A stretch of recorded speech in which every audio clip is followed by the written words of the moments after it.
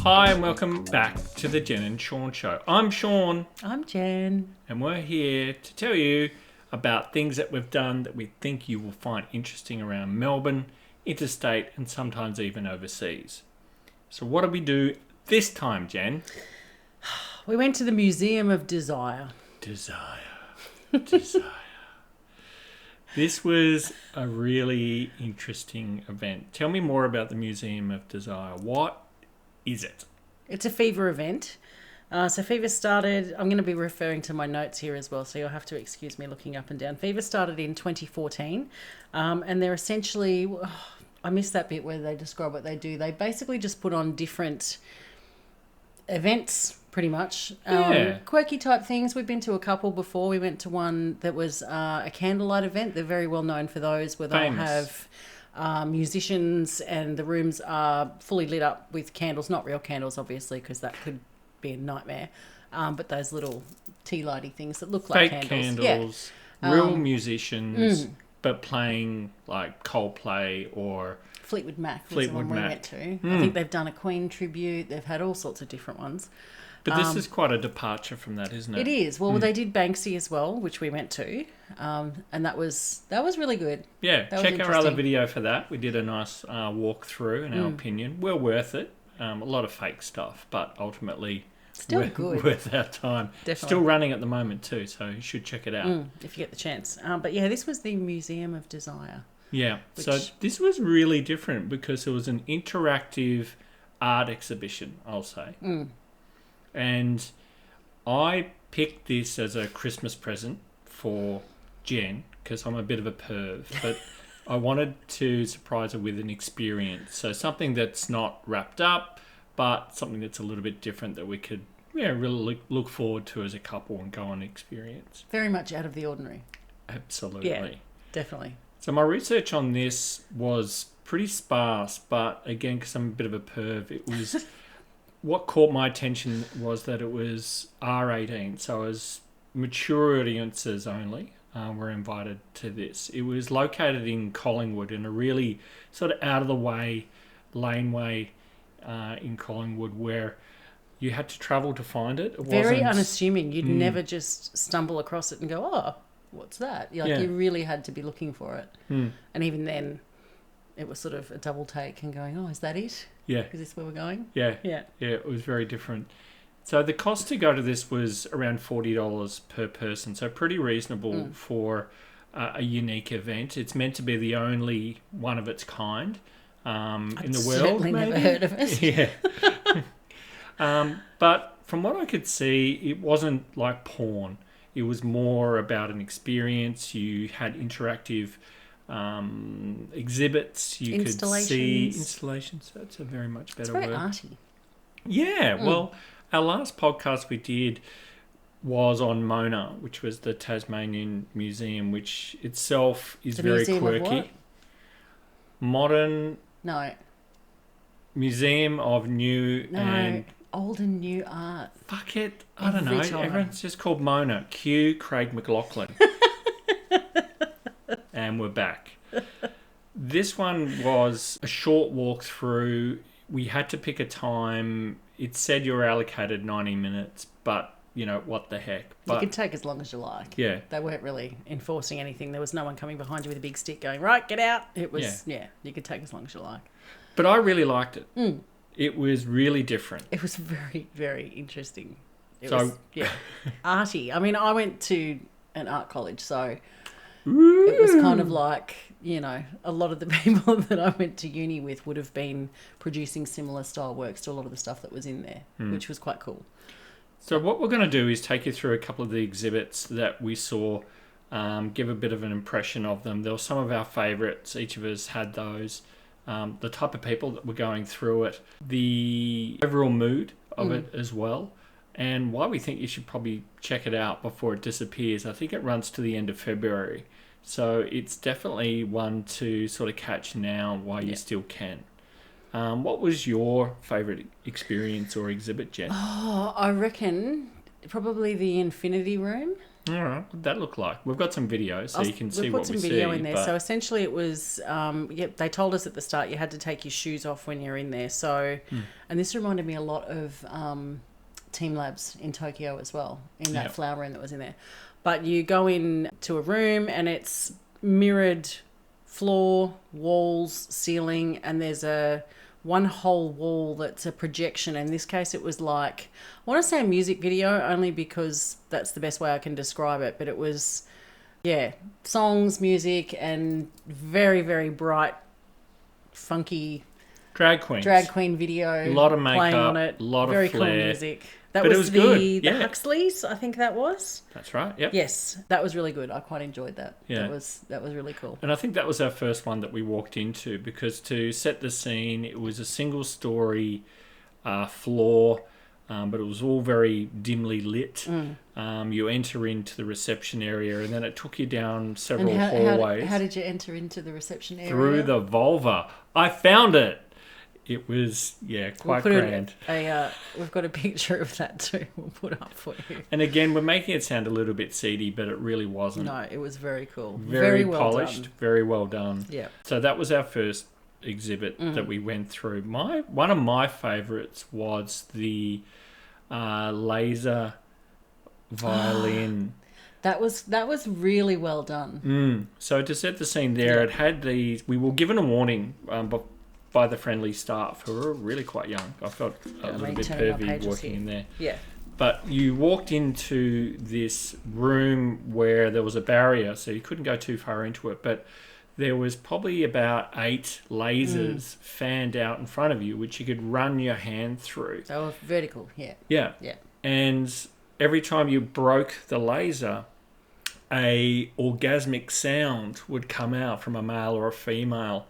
But it would... And the image was on the screen in front as well. Yeah. With different... They were kind of dancing in the end, I think, and the facial expressions changed, and it was really quite cool. You could make your own really song, creative. Yeah. There was no moaner, but there was a lot of moaning. Yeah. And depending on where you broke the laser, like the height of it and the speed of it altered the sound. It was a different pitch. Yeah. Yeah. Yeah. So it was really very different there, and it had a projection, as you said, of different visuals out the front. Again, really quite arty to set the scene. It was really good. Very So well that was good. But they warned you not to put your head in it, because if a laser gets in your eyeballs, then That's not good.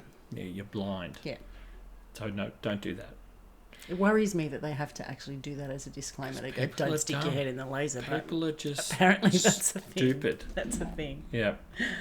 So we wandered out of there. Probably my second favourite, or most, not favourite as such, but one that was really quite, I don't know, confronting's not the right word, but it was the interactive area where you got to play games in the room. Up the end one with the ball pit, the booby pit. The booby pit. So it was a whole area where you think of a, this is going to sound weird, but go with me. Think of a child play centre, but everything's leaning towards Adult play centre. Adult play centre. So you've got a ball pit, but all the balls are in the shape of little boobs with nipples on the front. nipples on the front.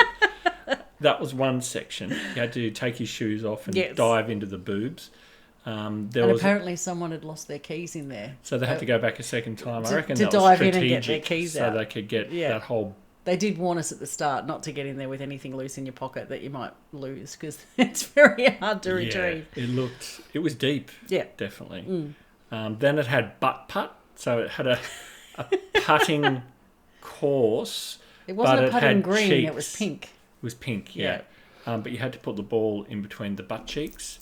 What was another thing they had there? Quoits. Quoits, but not quoits as you believe it would be.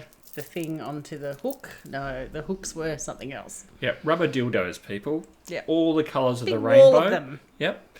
There was also the throw the beanbag into the I missed whole that one. thing. We didn't We try didn't do that. that one. But that was there. There was also another one where you could do a selfie as a giant porno Barbie, sort of in a strapped into a big Barbie box. Strapped into a Barbie box. So they really made an effort to... And the skill tester. Make you have a lot of photos and videos. So it wasn't restricted from that perspective. So it really invited you to be involved, which you will hear in a moment how involved some people did actually get in this exhibit itself.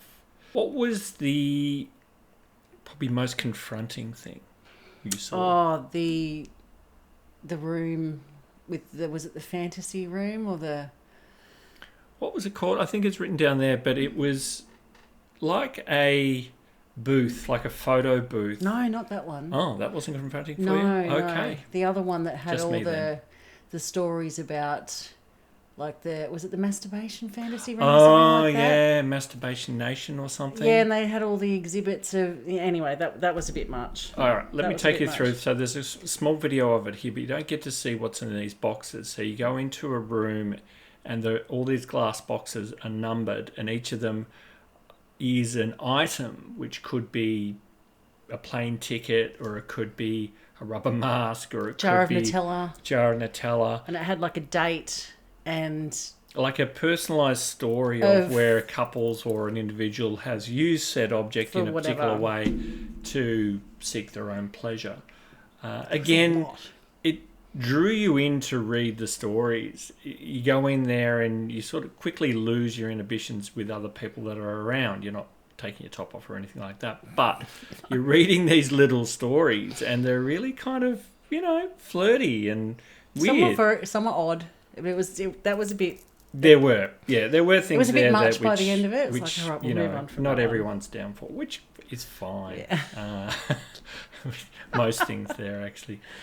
So that was confronting for you. Interesting. My confronting one was you first of all went to a photo booth, and it had a timer, and you could put a filter on it, but the photo was then publicised in a big room where it had multiple TV screens, like set up like frames. It's like part of the installation. Yeah, so it invited you to Yeah. shoot from not only a different filter, but at different angles. Some were at...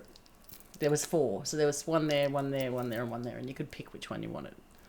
And some people did. Yeah. I found that confronting because some people that were walking through, because all the pictures, remember, of people that were walking through the exhibit, At some some point. had their boobs out, one individual had their bits out. That was confronting. So what it made me think of is that the exhibit itself definitely wasn't porn or it wasn't smutty, but the people that going through maybe were a little bit smutty. So that was kind of interesting. And then there was the photocopier. Yeah, it made you never want to go near a photocopier again. Describe it. It was like a giant big copier, like one of those big standalone jobs. And they'd painted it all pink, and the whole room was plastered with black and white printouts of basically, if people drunk at office parties that either photocopy their butt or photocopy their boobs, and that was the whole room. The whole room was covered in A4, black and white. And then there was a projection screen as well of that, I think, that just kept rolling through all of them as well. It was like... Ugh. It was sending a message again about how eroticism, in my perspective on that, can be in everyday spaces. There were a lot of other exhibits where phone booths, which was quite cool. You pick up the phone and there was a pre-recording of it was a theme. Some sort of weird erotic, but No, one of them was like the 70s. That's right. And so it was all what you would expect from one of the cheesy Chicka Bow Wow movies from back in the day. As if you would, like, almost like a phone sex line or something like that. Kind of. Yeah. And then there was an English themed one. I can't remember what the thing was for that one. No. But it was neat because it was like the booths old school booths, and inside was a lot of different photos and that sort of stuff. So overall there was a lot to look at. You can definitely take your time. You weren't pressured. It wasn't packed. There was, overall probably 20 or so exhibits that you could look at. And obviously when you exited through the gift shop, and that had some pretty interesting things that you could pick up as well. Some of them you would find potentially in a sex shop, but it wasn't. Some you'd find in an art store though too. There were some very arty photography books there, which I thought was quite a nice Blurred touch. the line. I think it really leaned towards more arty than sex shop. Definitely. Which was really kind of cool. The setup was great. The sort of mood and the way they did it, and they linked in technology because there was one there where you could take your pulse. Yeah, you put your finger on the sensory thing and it would flash like those... Oh, what were those sphere things called? You know the ones where they used to have the electric thing and you put your hand on it and the plasma ball. So it was kind of like that. But when it would pick up your pulse, the lights flashing through the room and around everywhere would change. That was pretty cool. Yeah, so it's picking up on your pulse, so you can see your heartbeat as well as feel it, because it would actually tingle a little bit. So you would both have your finger on there and it would equally light up as you went through. And the other one that had that screen, there was an image up there, but you could slide something in a different fashion and it would actually change the artwork projected, and you could come up with some pretty cool patterns and stuff. That wasn't really anything erotic about that one. That was just very, very arty and very cool. Yeah. Quite like that. Yeah, it was good actually. Something you'd find at Science Works if you've ever been there. You walk in front of a screen and then it's projecting a 3D image and changing that up as well. One of the other things that we wanted into it had a theatre that was set up, and you're thinking, oh, what's going on here? But describe what we saw. So it was macro, I'm going to say, videography. What's that mean? Like very, very close in, very detailed. Okay. And it was slowed right down. And initially it was, you could see frogs, like little green tree frogs, leaping through the air, and you'd see like their legs stretch out and the, David Attenborough-esque. Very, very nature-like. And then you watch a bit further, but you realise that the frogs are all landing on and launching from naked bodies. And yeah, that was... It was unexpected. The layout was like it was really well done, home theatre with big, comfy leather lounges, going inviting you to sit. But red velvet curtains and everything. Red velvet curtains. And yeah, it just was playing a lot of nature, bouncing off boobies. The quality of the actual footage, though, was amazing. Like, it was so detailed. But yeah, it was... and I don't know how they would have shot that. A lot of effort. Yeah. A lot of effort. A lot of naked people and little frogs, and I don't know how you get them to jump where you want them to go, but anyway, that was pretty good. It was good. Yeah. So it really surprised as well. Through our podcast, we sometimes talk about, whether or not it's suitable for everybody. What are your thoughts on that? No, because very few things are. People are so different. But I mean, yeah, if you're going in there with an open mind, like I had no idea, didn't even know where we were going, and thought, oh, this is interesting. And if you take it for what it is, and sort of, free your mind a little bit, and just go, okay, well, this is expression, it's art, it's whatever. Well, if you go to an art gallery, you're going to see sometimes confrontational things. Correct. Again, from Mona, you see some things there. Yeah. So having a look at this, it was really no different. No. It really took it in a lot of different directions, but it focused on that. It's not a genre, but it's a whole... It's almost like, well, it could, maybe. I don't know. It was ecosystem. I don't know. Erotic art? I don't know. But yeah, if you take it for what it is and sort of appreciate what's gone into... creating a lot of these things, I mean, the concepts and the thought process and the execution for a lot of it. Like when you look at how they actually put these things together, there's a hell of a lot of work in it. Very polished. And very creative. Yeah, and as a bit of a nerd, I really appreciated the technology that went into a lot of this. A lot of the projections that were there, it was top quality, the laser stuff that was set up. But then also the textiles they had set up. They had these giant, if you could picture it, giant totem poles.